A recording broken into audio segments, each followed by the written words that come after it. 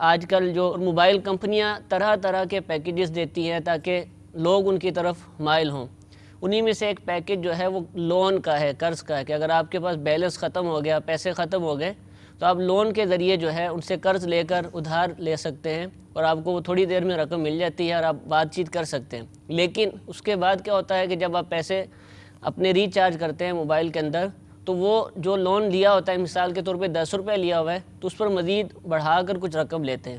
تو اس طریقے سے لون لینا اور اس کے اوپر رقم کا کٹ جانا، یہ شرعی طور پر کیسا؟ یہ جو آپ نے سوال کیا، اس طرح کی چیزوں کو عام طور پر لون لینا کہتے ہیں۔ کمپنیوں نے اپنے اس کے حساب سے اس کا لون کا نام رکھا لون کا ہوا نام دیا ہوا ہے۔ ہے، لوگ بھی اس کو قرض سمجھتے ہیں۔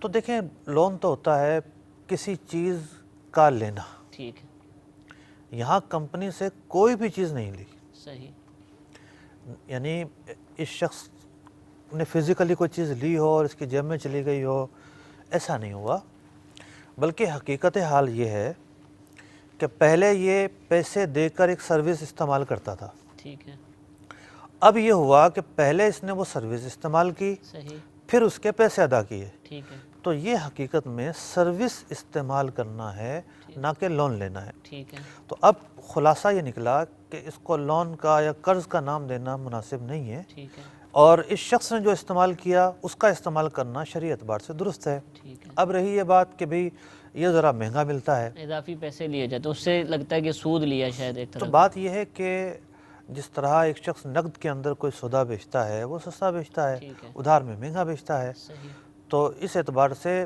نقد اور یعنی پیشگی قیمت کے بدلے سروس دی گئی وہ ایک صورت تھی، ٹھیک ہے، سروس دے کر پیسے لیے گئے یہ دوسری صورت تھی۔ صحیح، تو اب وہ جو اضافی پیسے ہیں گویا کہ پورے پیکج پر جو بھی اس کو ملا ہے ٹھیک ہے، وہ گویا کہ وہ پیکج مہنگا دیا گیا ہے۔ صحیح، تو یہ صورتحال ہے، اور ایسا بھی نہیں ہے کہ لوگوں کو پتہ نہ ہو کہ جو ہم پیکج لے رہے ہیں یہ کتنا مہنگا ہے یا اس کی قیمت کتنی ہے، کنفیوژن بھی نہیں ہوتی، صحیح، اس کی قیمت متعین ہوتی ہے، معلوم ہوتی ہے۔ ٹھیک ہے، تو یہ شرعی اعتبار سے تو درست ہے، کوئی اس میں سودی معاملہ نہیں، ٹھیک ہے۔ کوئی غیر شرعی پہلو نہیں ہے۔